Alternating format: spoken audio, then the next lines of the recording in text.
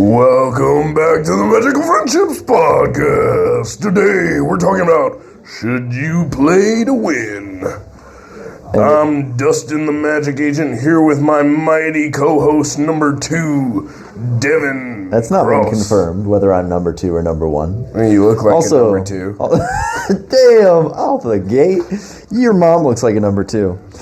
But also, for the people that couldn't understand what the fuck you just said, like myself, welcome back to the podcast, Magical Friendship. This is episode 3, and we're going to talk about whether you should play to win. Yes. So Dustin lost his voice this week and sounds pretty shitty. I mean, more shitty than usual. I don't know. I think it gives me kind of a sexy flair. Yeah, but no one's coming to this podcast looking for your sexy flair voice. I mean, I listen to it. No. We still got Caleb with us today. Say hi, Caleb. Hello. That was Is Caleb. that it? That was it. Okay. This is the only contribution he's going to make. Okay. So Devin and Caleb and I just played for like 4 hours. It was not even. Not even. 3 hours, tops. All right, whatever. 3 hours. And I'm pretty sure we just lost every game.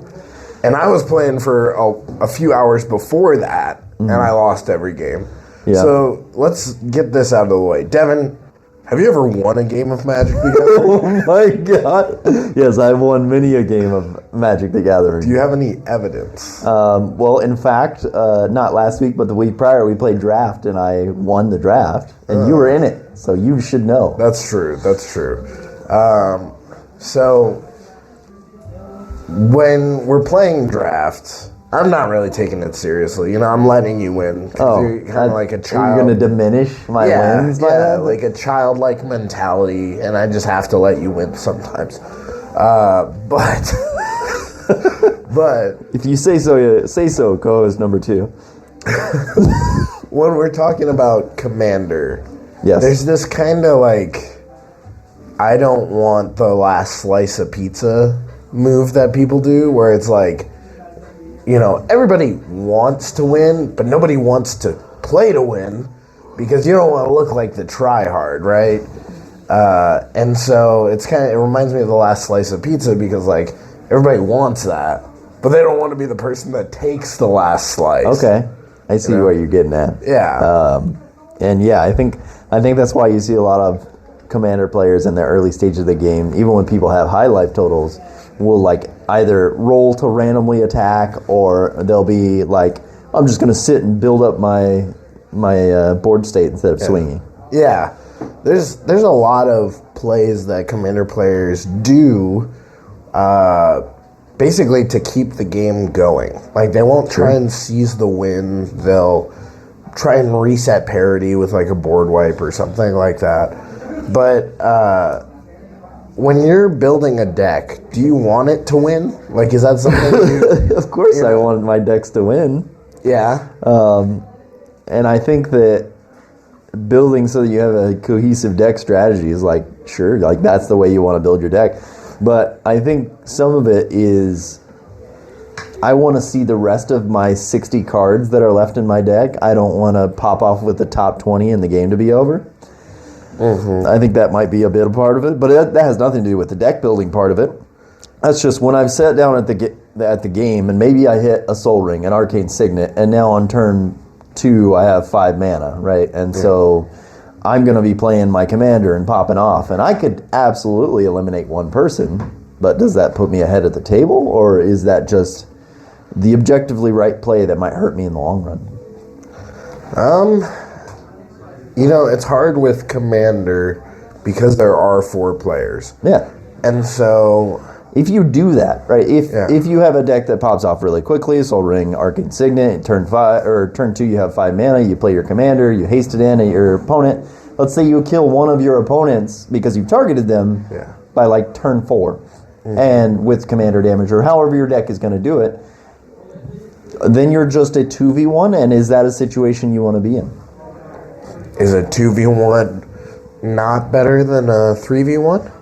are you a 3v1 if you do that? If you don't get a Soul Ring Arcane Signet turn 1, it's kind of a 3v1. What? So you play your Soul, and honestly, the guy in our last game did almost exactly that. He played Soul Ring Arcane Signet. I said he was arch enemy, and then he popped off really quickly, and we kind of dealt with him, but we didn't focus on him. Yeah. Now, I think if he had focused you to the ground, like he started to do, then obviously it would have been a 2v1. Whereas his kind of holding some creatures back, not fully allocating the threat, made us not as scared of him. Okay. So, are there any other games where people actively, like, try and suppress so many other players? Because, like, you know... yeah.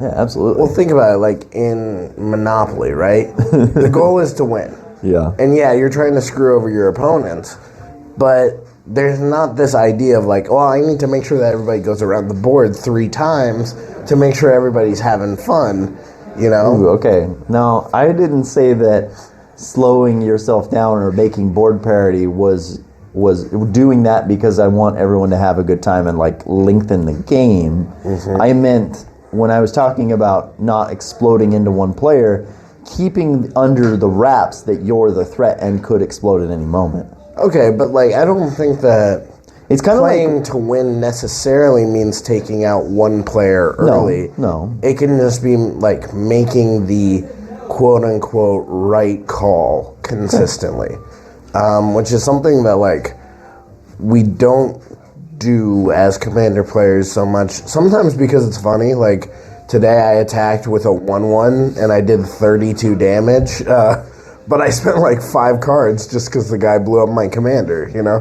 That wasn't the right play. It was funny, and I'd do it again. But, you know, I find that a lot of times there are factors from either past turns or things that aren't really... Game memory. Yeah, game memory, that are affecting our decision making. Absolutely. So, I mean, do you have more fun when you win? Honestly, depends on the game. If I win with like my Knuckles deck and it's like turn 4 or 5, I don't think I have as much fun as if I battle cruise and someone else wins in turn like 10 or 12. Yeah. I think the most fun I get out of Commander is just like the banter, like the bullshitting at the table with some people you don't know, some people you do know. Yeah. And just like, oh, I'll remove your commander, and it's like, the fuck you will, you know, like the kind of back and forth vengeance and like even some of the stupid plays where you hit somebody with a 1/1 that becomes a 32, like that shit's funny. Yeah. And I have more fun watching you do that than if you did that and won the game. Yeah. I mean, I could have played you correctly. You could have played your commander and then done it. Yeah. But I think it's funnier because of what you did, even though you didn't win the game. Yeah.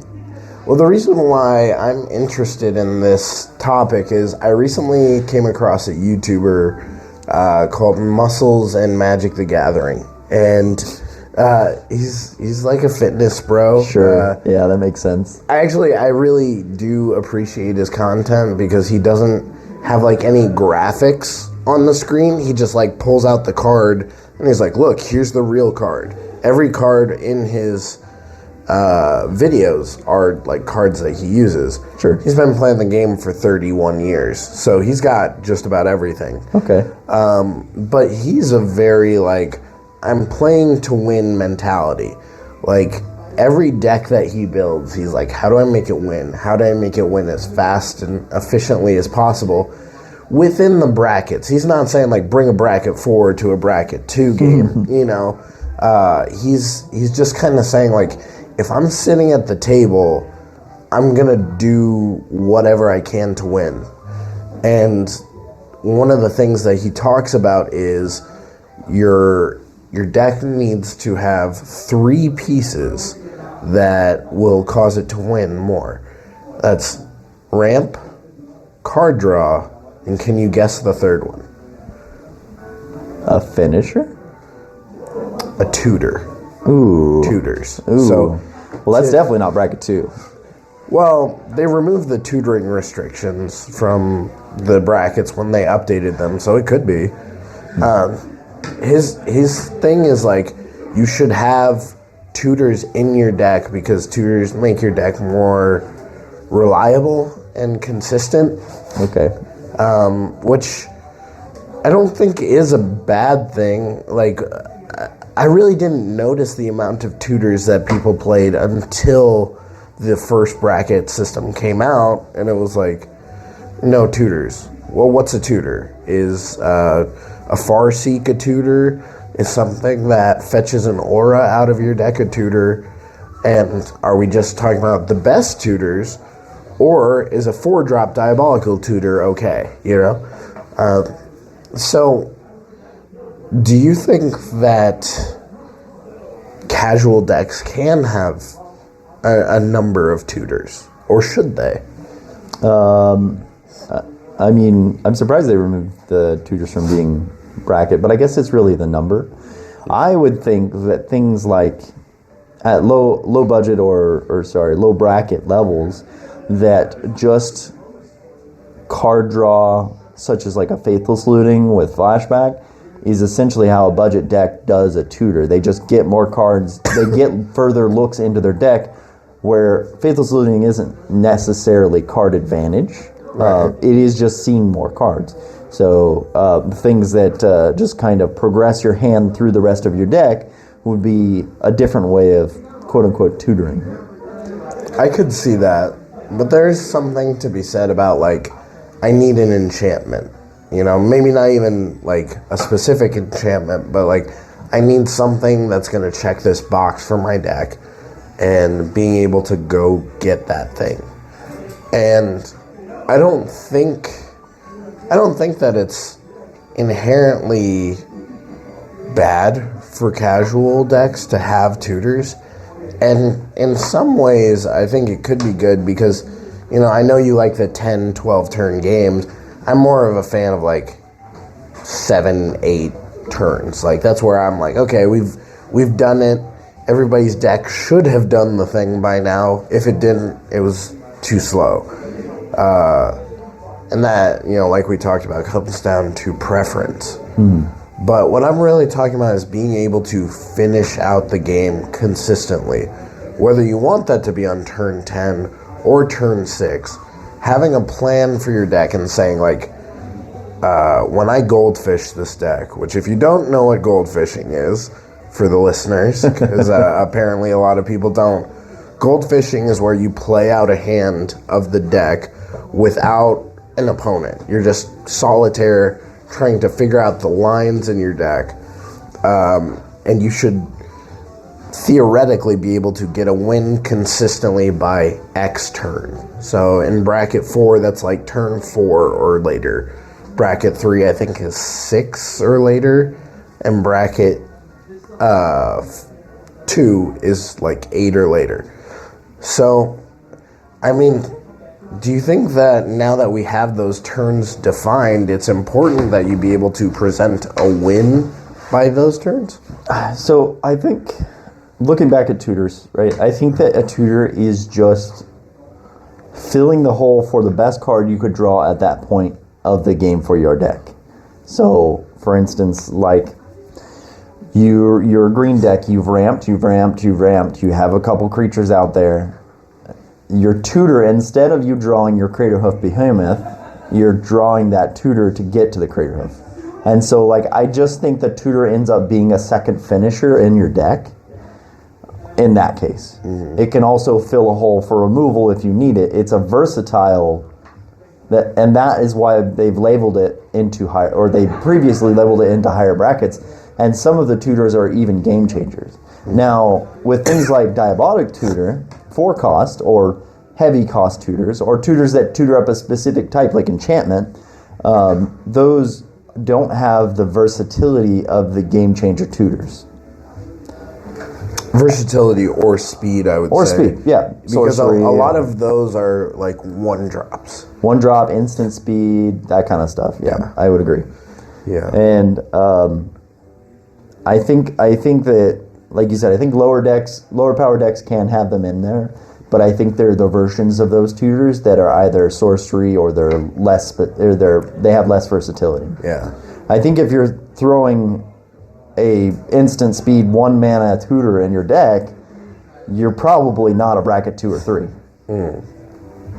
I think you could be bracket 3 with the tutor, because you can include game changers, you know. To kind of circle back to the question, do you think that now that we have these times defined where it's like this is the acceptable speed a deck can present to win, do you think that your deck should be able to do that? You know? I think that those are reasonable standards for like a 2, a 3, and a 4. But like, say you build a bracket 3, right? Yeah. And you're like, okay, this deck has 3 game changers, it's powerful, it's consistent, but it has no way to present a win. So I'm going to go, even though my deck is strong, I'm not going to finish the game until turn 12, which is much slower than they've defined it should be able to. At that point, are you still playing to win?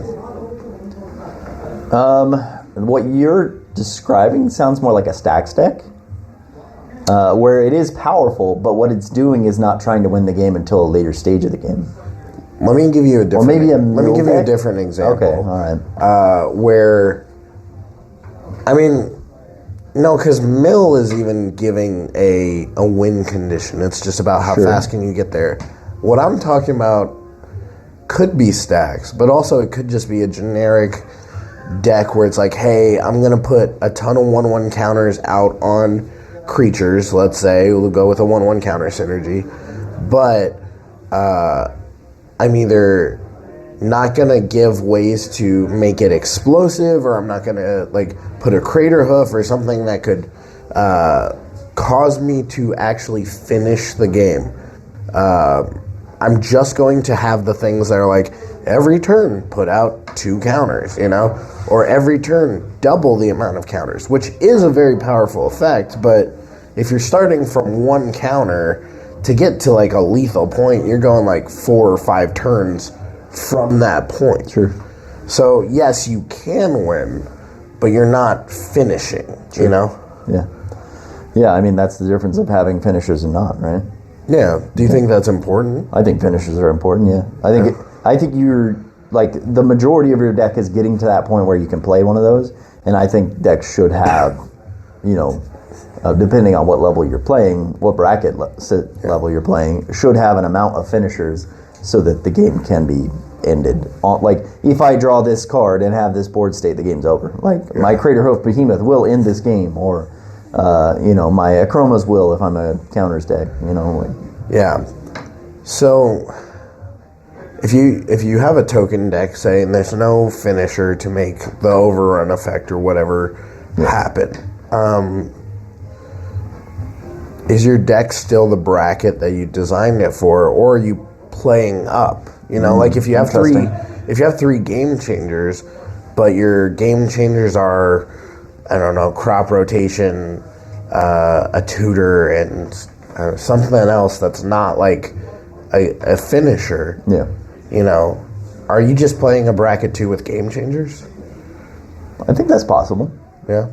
Yeah, I think that the idea that a deck is forced into a new bracket because of those game changers only considers that those game changers are present. It doesn't say, hey, this deck is actually good. Yeah. You can play a shit deck with a 1 ring. Yeah, I mean, Ristic Study, like if you're drawing garbage cards, like... Yeah, you can put a real garbage deck together and just throw a bunch of game changers. Yeah, it'll help you get through your garbage cards, but like, what is it doing for you?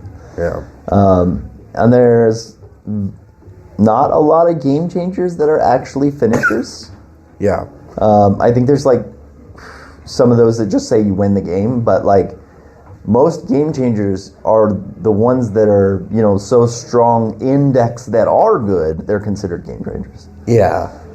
And like, you were building a deck this past week where you were building in your collection, because we had, you know, we're only working cards on in the my collection. challenges. Yeah. and you realize that you didn't have finishers for the archetype that That's correct. You're building. I built a token deck, and then I played it a few times, and I realized I don't have anything to finish this.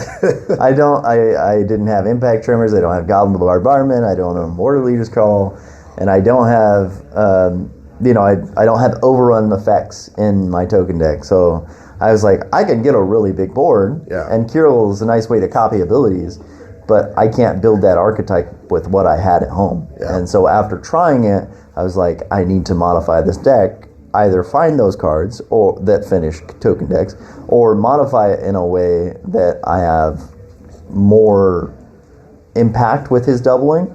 Maybe play, and so what I built another version of it where it's higher cost things and doubling the ETB or triggered abilities of those higher cost things instead of tokens.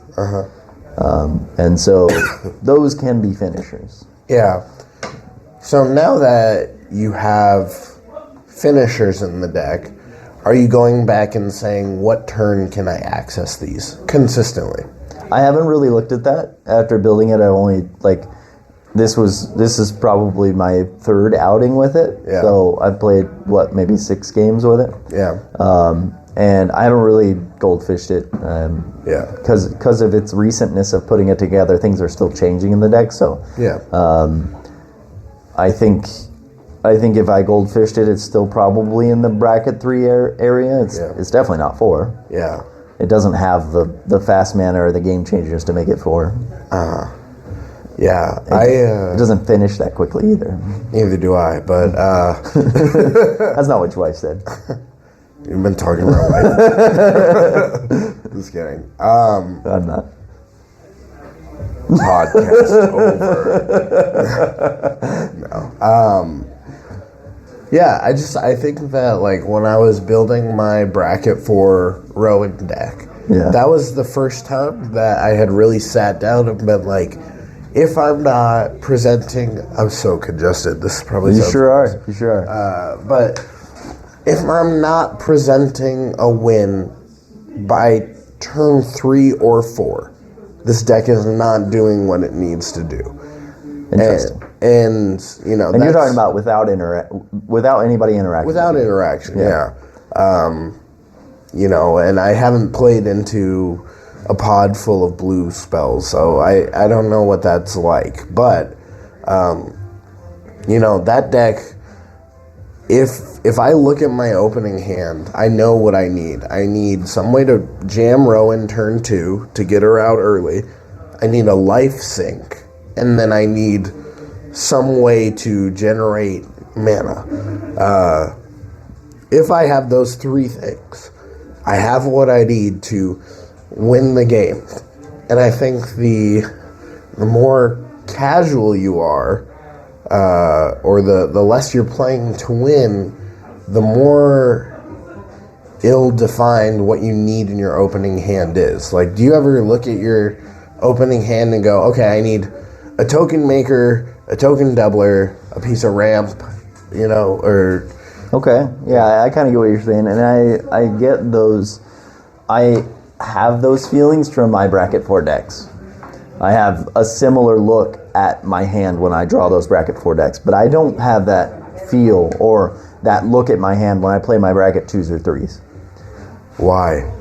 Because my bracket 2s and 3s, I know the mana level that I need to get to in those, because I know I have my average CMC and stuff, but I don't necessarily have this is how I'm going to win right out the gate with a bracket 2 or 3. Do you think that it would lead to you having not just a higher win rate, but maybe more fun piloting the deck if you were able to look at it and say, this is putting me on a path to do what I want to do? Because, we look at ramp and we look at, do I have my colors? Do I maybe have some card draw? But, I feel like the lower in the brackets you get, the more open you are to, it's got enough to play the game, Absolutely. Yeah. That is 100% accurate. I'll look at a bracket 2 or a bracket 3 or 2DH hand, and I'll be like, do I have lands? Do I have spells? Yeah. That's enough. However, when I look at Knuckles or Kenrith, I'm like, do I have fast mana? Do I have ramp? And I don't need a finisher because Knuckles and Kenrith are my finishers. Yeah. I have a finisher in the command zone. Do you think that it would take you out of a casual play experience if you were to start looking at it and going, oh, I don't have an avenue with this hand? I do think so. Really? Yes, I think that if I was able to see a line in a bracket 2 deck from my opening hand, let's say if I take this path and I get this extra card that I don't have in my hand, or if I get this effect that I don't have in my hand, I will win the game on this turn. If I can look at my hand in a bracket 2 and say that, it's not a bracket 2. See, I agree to an extent. I don't think that you need to be able to predict the turn you win on necessarily from your opening hand. Yeah. But if you can look at it and go, okay, turn 1, 2, and 3, I'm doing this. Oh yeah, absolutely. And I think that here's the place where I find myself stopping is I'll go turn 1, 2, and 3, I can do this. But where does that get me? What's the next step after that? Like, if I'm doing these things, turn 1, 2, and 3, and let's just say that I have my Ardbert deck that I just built. Yeah. Right? Like, there's a couple different avenues in that deck. I wouldn't even call them lines, but it's like, okay, self-sacrifice and making tokens. Like, that's a line where it's like, okay, I can get some value out of tokens. Or just 1/1 counters. That's a line. Like, I feel like you don't necessarily need to see the win, but you need to see the avenue that your deck is going down. Because if you get a little bit of both, you get to this point where, like, turn 6, you're like, what am I doing? You know? Where's the path? Where's the way that I really pull this deck together? Yeah, and I think that what you're kind of describing is the difference between a 2 and a 3. I feel like once you get to that point where you're like wishy-washy on how I'm going to win the game, is the sort of like battle cruising that a tier 2 will do, a bracket 2 will do. Now, if you get to that point and you still have game actions or options or avenues of play with just about every card that you draw, then that doesn't feel like battle cruising. That feels like always having an avenue to win. I guess that really gets to, like, the heart of the conversation today is, like, if you're playing to win, even at bracket 2, you should always kind of see the path forward. I don't necessarily think that it takes you out of bracket 2, because to me, bracket 2 or bracket 3 or any bracket is more about the speed and, like, the consistency that I can get there. Whereas, like, if I'm looking at a bracket 2 deck and I can make a good decision every turn, I think that's just playing the deck well. Yes and no. So here's my counter to that, right? Is like, I would like to see you or someone with that mindset say, okay, let me take Ur-Dragon or Urza, and you make that deck a bracket 2. And then do the opposite, someone like Caleb or myself, who revels in, like, the jank of things. Let me take a terrible commander and make it a bracket 4. I don't have any names that come to the top of my head, but there's a shit ton of bad commanders out there. And so what are the immediate things that you think of when you think of, let me make a bad commander a bracket 4? Well, can you define bad commander, like, or give some examples? Or Okay, yeah. Let me Because like it's easy to define a powerful. Pretty much anything in a bulk rare slot. I thought you were gonna say anything in Caleb's. What we got here? We'll start with the opposite end of the spectrum. Boomy's good. That's a good one. Yeah. Well, I've already Movie demonstrated. and Phylath. There you go. Okay, Phylath. Phylath, that's the. Do you know Phylath? So he's- red green. Yes, so he's what red does he do? green, he's Gruul and 4. And he says when he enters the battlefield, you make plants equal to the amount of basic lands that you have. And then whenever he has a landfall trigger, whenever you have a landfall trigger, you put 4 counters on 1 plant you control. So he's worse Avenger of Zendikar. Okay. Basically. Yeah. But he's including red. And he's in the command zone. He is, commander. Yeah. So, not the best commander. Has some cool abilities, landfall, but it's not like every token. It's just a single token. And there are things you can do to make that better, but when I tell you, hey, this commander, and then I say, okay, make it a bracket 4, what is the first thing that comes to mind for you? The first thing that comes to mind is how am I getting my win? Okay. So like with Phylath, are you doing a overrun effect? Yeah, so with the little that tokens. he makes. Are you doing plant tribal? You know, because there are a bunch of interesting. things that make plants. Yeah. He himself is not a plant. He's not yeah, but elemental. he still makes Yeah, but plants just- and just stuff. Yeah.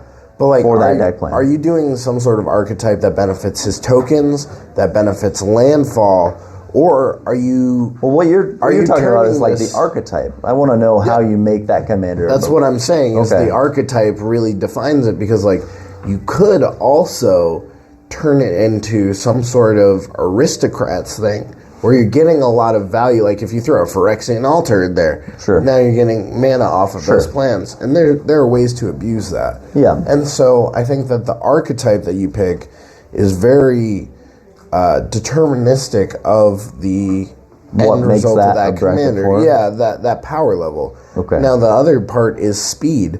He's a 6 mana commander. Yeah. Is he ever going to be CEDH? Probably not. Correct. But but you know, maybe you throw in some fast mana, or you know, something that synergizes with his landfall to make him able to get out on turn 4.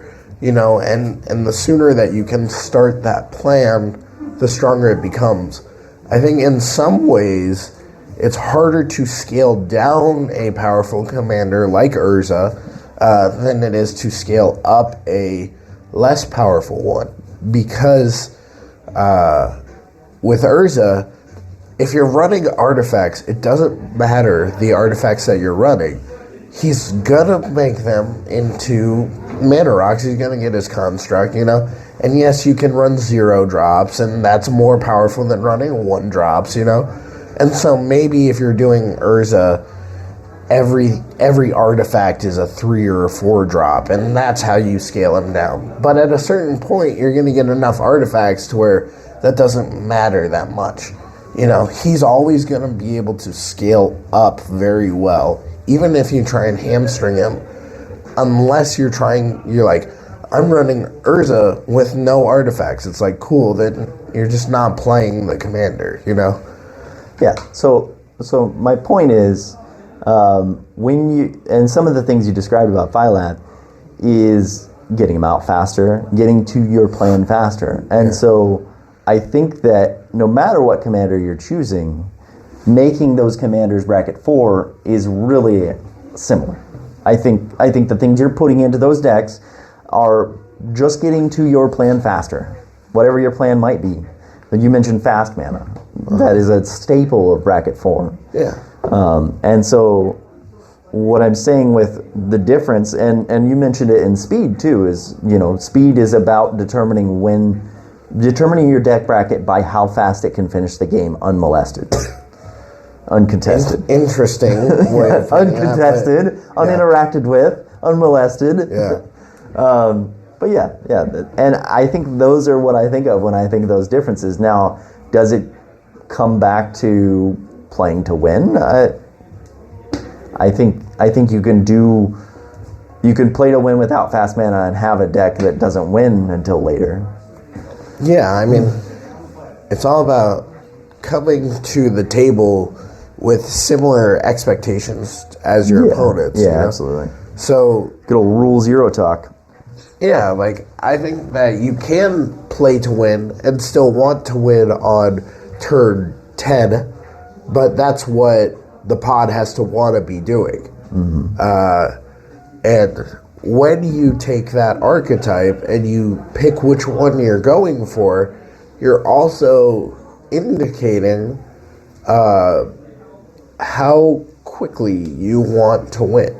You know, if you're trying to do the overrun effect, you need to be able to hit critical mass before you can win. So that's going to be slower than an Impact Trimmers Perforos build. Like, I think that that's fair to say. Like, if your tokens are dealing damage as they come in, they don't need to attack. You don't even need to have critical mass. You can Slowly ping them down. yeah, ping them down, throw a goblin bombardment in, and you know, do all that stuff. And I think that that's probably going to be inherently faster, which is in my evaluation a metric of how much you want to win is how fast you're trying to build this deck to be. Yeah, I would agree. How fast you plan to win is definitely a metric of playing to win or not, or just playing to have fun. Yeah, but what time are we at here? We still got 20 minutes. Oh wow! Yeah. Well, I mean, I think we've pretty much covered everything with the playing to win aspect. Yeah, absolutely. But like, is there anything that you're doing in your Magic world right now that's exciting you? I mean, the revitalizing draft has been really cool. Yeah. It's nice. Did you guys fire on Friday? We did. We fired with 6 people. Hey. Instead of the 4. Yeah, it was even better. Are you coming on Friday?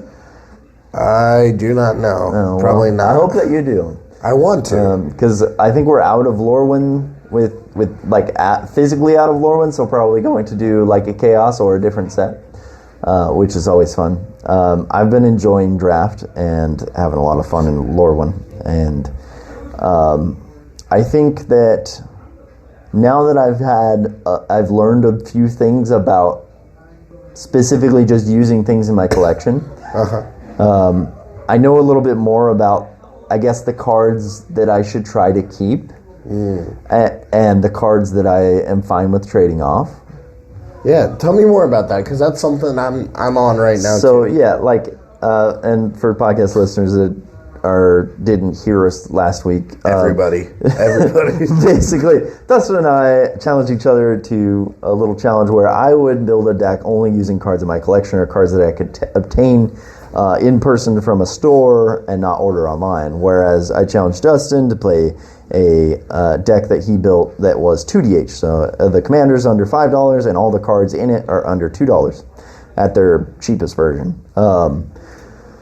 So in building mine, the things that I noticed is, like we were talking about, I built a token deck with Kirill. I had already built Kirill, but I was like using proxies, so I took out all the proxies and I tried to make Kirill into an archetype with things that I had. And so I had a lot of things just from Avatar set and from Lorwyn set that are just enters the battlefield, makes a token. So I was like, let's make it a token deck. When it enters the battlefield, I can tap the creature, double the trigger, get double tokens. Useful. I'm going to explode on tokens. Yeah. And so after I built it, I tried it out. I did my rough draft. And the thing that I was having an issue with is finishing the game. And that was because I don't have any Perforos. I don't have Goblin Bombardment. I don't have Moonshaker Cavalry. I don't have a way to finish the game in red-white with tokens. And so I reached out to Caleb and you, and I was like, hey, I built this deck. I don't have the payoffs. And made a couple, like looking at my collection, I was browsing through my, like trying to find ways to do it. And I realized that in order for me to continue to play this deck in the format that it was built, I need to shift from doing tokens to just having big enters the battlefield or big triggered abilities like Bahamut or Summon Knights of the Round or Planetarium, the Wan Shi Tong, just huge triggered abilities that make a big impact instead of, oh, here's a 1/1 every turn, or here's a token, because those aren't finishing the game for me. Whereas Summon Bahamut comes down, double trigger his lore counters, and he pops off. That kind of thing. Yeah. And so that makes me look at my collection like, okay, I have a token deck now. Even if I take that token deck apart, like hero apart, which I'll probably do, sometime in the future, I probably want to hang on to things like War Leader's Call and Goblin Bombardment, and just those pivotal parts that make that deck function, a token deck function, at least in red and white. I might have other effects in other colors, but I wasn't looking at that. Yeah. So that's what I learned in my build with just my collection. Mm-hmm. How about you and your 2DH? Yeah. Was that the first time you tried it out tonight? I might have had one in the past, but okay. I've also done budget leagues where the total budget was $50. No, I just meant the deck you built. Is that today's the first time you tried it out? Today's the first day that I tried it out. I built it last night. Okay.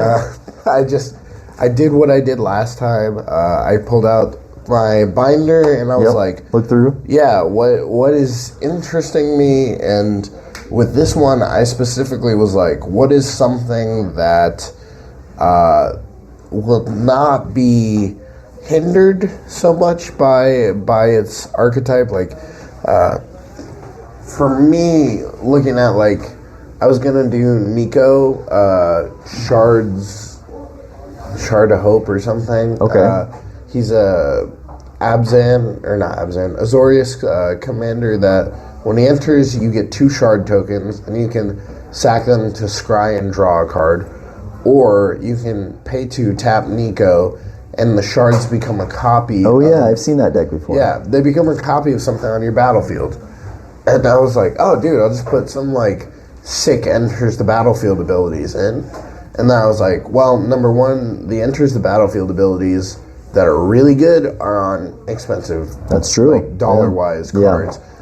Number two, he's not a traditional blink deck or flicker deck where he's trying to bounce the things back and forth. He wants them to attack and be on the battlefield, and when you make a copy, that copy isn't entering, they're already on the battlefield. Yeah. But you might want to blink Nico himself to get more shards. Right. And so it just turned into this really complicated thing where I was like, I'm looking for a specific card type that wants to be having strong triggered abilities, but also have blink packages in it. And I just looked at that and I went, that's too complicated. The way that I want to play it is too expensive for 2DH. This is not a commander that I would enjoy building. So I looked at Ardbert, which I'd only seen one person play before, and I was like, oh, well, anytime I cast a white spell, I get +1/+1 counter and vigilance. Anytime I cast a black spell, I get +1/+1 counter and menace. And if I cast a 2-drop white and black legendary creature, well, all my legendary creatures are getting 2 counters and vigilance menace. Yeah. There's a lot of junky 2-drop absolutely commanders, and I was like, cool, let's do that. And honestly, it's pretty fun. Playing it today, it's definitely got some limitations. I definitely don't have enough card draw in that deck. There are some balances of, like, you want legendary creatures because those are the only things that get counters with his ability. Right. But you also want the legendary creatures to sync up with each other and be cheap so that you can trigger a bunch of them. Yeah. So there's definitely some tinkering to do, but the general idea itself was very straightforward. And I think for a 2DH commander, that spoke to me because the more general the idea is, the more cheap cards that you can find that will fit into it. That's a good point. I think 2DH commanders really benefit from having open-ended plans because they have so much open, like availability of cards. Yeah. And when you do have that kind of availability, it's usually cheaper because those effects have been reprinted a bunch of times, or there are just different types of that effect out there. But when you look into things like you were talking about with Nico, the really specific effects and the not overly printed effects end up being very expensive. Yeah. Conjurer's Closet, for instance, is probably something you would want to have in Nico and could not have it in 2DH because it is obviously a very good blink and it's colorless, but it's also the only effect of its kind in colorless that is, at your instep, blink something for free. Yeah. And so those kind of limitations around a commander like that, while making it hard, also make you have to think about how do I solve this commander in 2DH and still be a good deck. And I think that it had a similar effect to what you were talking about, where I had to switch my plan a little bit because I don't have the finishers for my token deck. Yeah. You have to switch your plan, not necessarily because you don't have the cards for it, but rather because you're restricted by that budget and need a different way to build your deck. Yeah, and I told you the other day that it was more fun than I expected because there were some cards that I looked at where I was like, oh, this card it's garbage. Oh, that's $8. I didn't know that. And then I looked at this card, I'm like, whoa, this is insane. And it's There's 15 cents. There's definitely some of those where people just get caught off guard by how expensive a cheap common is. Yeah. And it's like, oh, Reliquary Teller? Nope, it's out of 2DH now. Yeah. Oh, Dark Ritual? Out of 2DH now. And it's like, what the hell? Nobody would have thought. And it's like not even stuff like that. Like Brina, who's like a 3-drop that's like when anybody attacks the opponent with the most life, they put 2/1/1 counters out and draw cards. I was like, yeah, dude, that's like, it's in a precon. Yeah. It's, good, but not like strong. It's like $9 or something. And I was like, okay. It's crazy.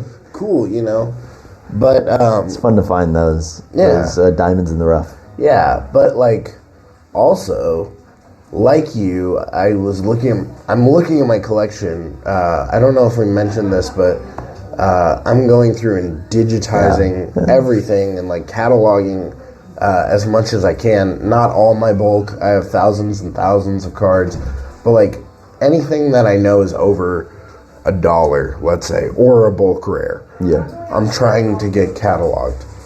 Smart. And Okay. it's Do your comments. Good luck on that, Caleb. yeah.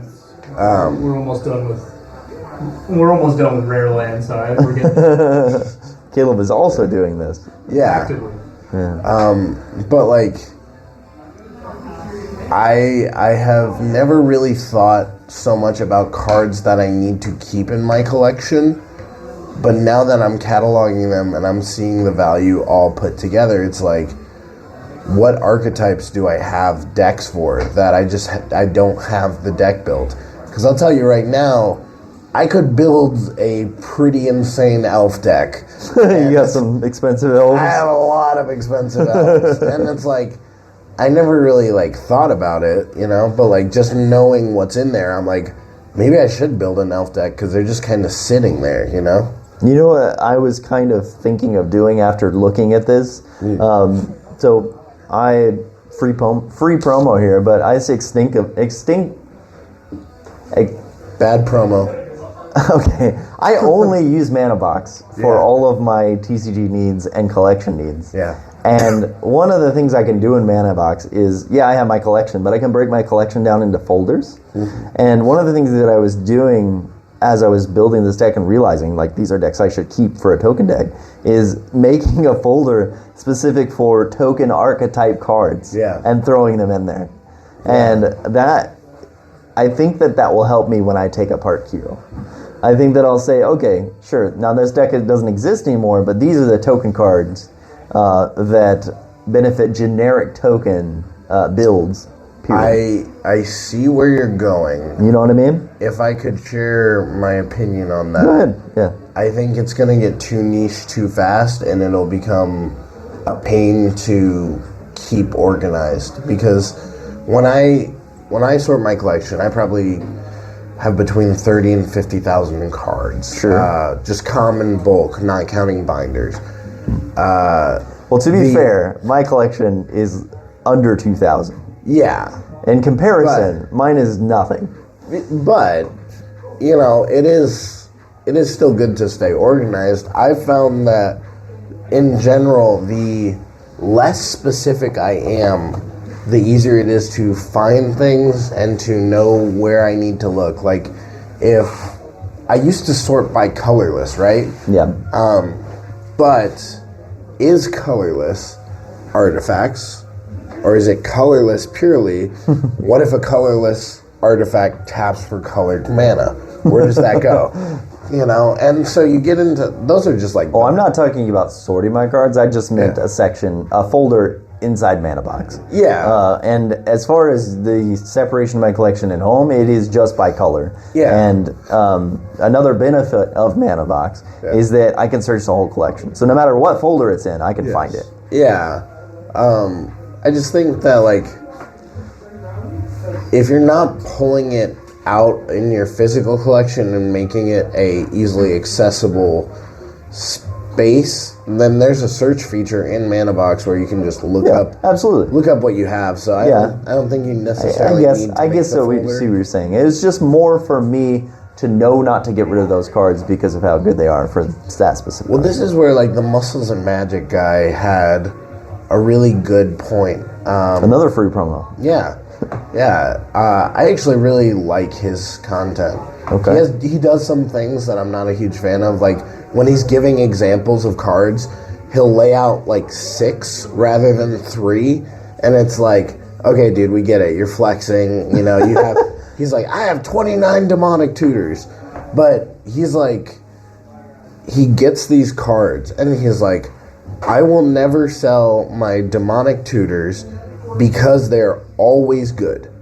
And if I'm building a deck with black in them, I want a Demonic Tutor in that deck. That's his mentality. Okay. But he did have a video where he was like, you should have cards in your collection that you don't get rid of. And it's not necessarily because, you know, you want the value or whatever. It's just like, Mirkwood Bats is a good example. Whenever you make a token or whenever a token leaves the battlefield, each opponent loses 1 life and you gain 1 life. It's a 25-cent card, but if you're ever in a token deck in black, you should really have a Mirkwood Bats in there. So, like, he kind of made me think about it differently. Like, I should have essentially a private reserve where it's like, these cards don't even leave my house. They're just there for ease of access when I'm deck building. Yeah. And I should collect more of these cards than I think I will need, because if I want to build 10 decks in the future, I'm going to need more copies of them. So that makes sense. And leads me to, I would say, a finale question here, maybe a closing question. What is your, and I'm sure everybody has a different preference on this, what is your deck shelf life? How long does a deck stay with you? And how long do you keep a deck until you take it apart? And just in general, like maybe you don't take apart some at all. It really depends. I mean, my Xyrus deck I've had since before COVID. Wow. So at least, 7 years now? 2019? Yeah. Because 2020 was COVID.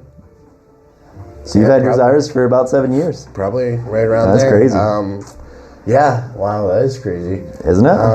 I've had different iterations of that deck, but it is there. I've always had my Xyrus deck. Everything else has fluctuated. Okay. I think Marisi is probably going to be my next long-term deck. I don't know if it'll have as much shelf life as Xyrus because it's fun, but I don't enjoy it as much as that deck. Do you ever see yourself getting rid of Xyrus?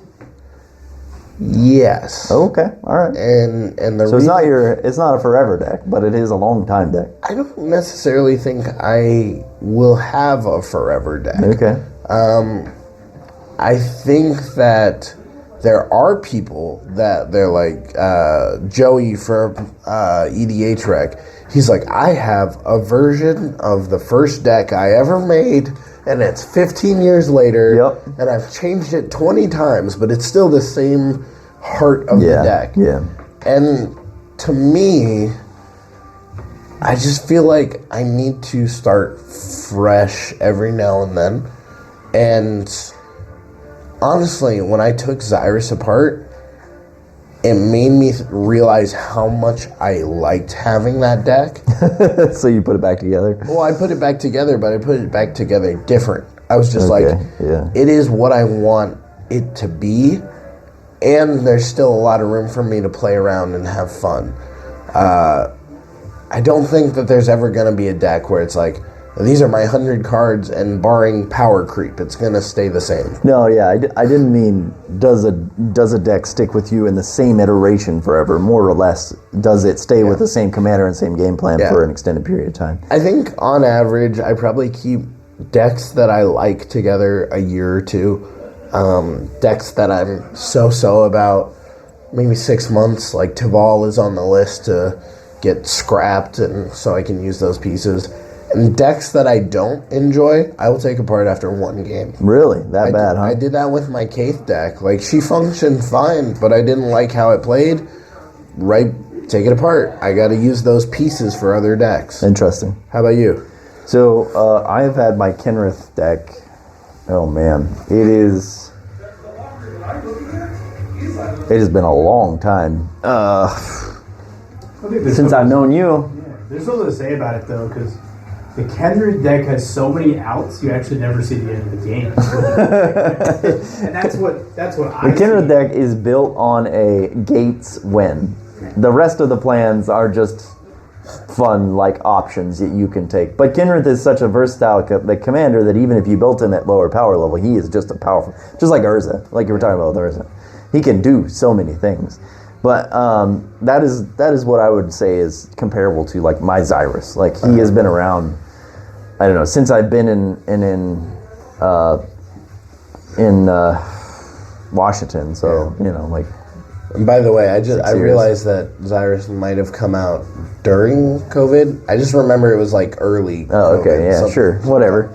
You had him went for a long time. Since he was previewed, I've had that deck. Yeah. But I think that I have a lot of fun deck building, and I think that I have a lot of fun deck building jank and bottom of the barrel commanders, and those don't typically last very long for me because of how much I enjoy doing it, and I tend to stick to a cap of decks.